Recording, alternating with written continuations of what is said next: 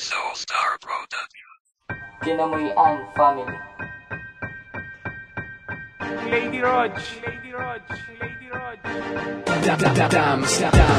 Sa araw-araw nga lang na dumadaan, walang nagbago. Mas gusto mo lang tumambay, matulog, manigarilyo. Pagkatapos ay kakain, hihiga, manonood ng television. Pag inuutusan ka namang pagod, yan ang lagi mong sagot. Di ka naman sumusunod, mas masarap sa iyong gawin sipain. Pag sumasagot, reklamator ka na batugan, pabigat pa sa pamilya. Magtrabaho ka naman, lumaan ng milya-milya. Halay mo ay makahanap, kaso di mo gagawin. Wala sa isip mo magbanat ng buto o tangkain. Malabo sa bokabularyo ang salilitang trabaho. Mahiya ka sa sarili, sana maramdaman mo kung gano'ng kahirap mabuhay sa mundong makasalanan. Isa ka sa problema ng gobyernong may kapintasan. Para kang isang sakit, walang lunas o gamot. Paralisado pagkatao, may isip na baluktot. Ang dami mong reklamo, di ka tuloy umaasenso. Puro ka lang kasi salita, wala tuloy napapala. Ang dami mong reklamo, di ka tuloy umaasenso.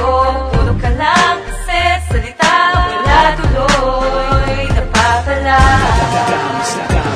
Alamin mo sa sarili, aangat ka sa iyong buhay. Tamad sa pinakatamad, buhay mo di kumukulay. Ang alam mo lang gawin, kumain pati matulog. Di ayaw mo magtrabaho, di ka ba binubulako? Ng utak na di mautak, binabalutan ng burak. May sariling pananaw, pero ba't di mapalawak? Si pinais ng magulang, magtrabaho at tumulong. Para di na pabigat, paano ka makakasulong? Tapos puro ka pangarap, ayaw mo pang kumilos. Mas ginusto mong tumambay kaysa sabok ay umayos. Dahil sa katamaran, nakasanayan na sa buhay. Ni minsan di nagbago, ni minsan hindi kumulang. Kadalas ay naninisi ka pa ng ibang tao. Sa kasalanan mo, di ka naman umaasenso. Puro ka lang salita, kulang naman sa gawa. Magbanat ka ng buto, wag umasa sa himala. Ang dami mong reklamo, di ka tuloy umaasenso.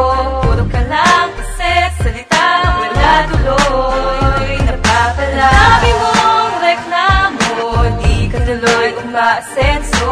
Puro ka lang kasi salita, wala tuloy napapala.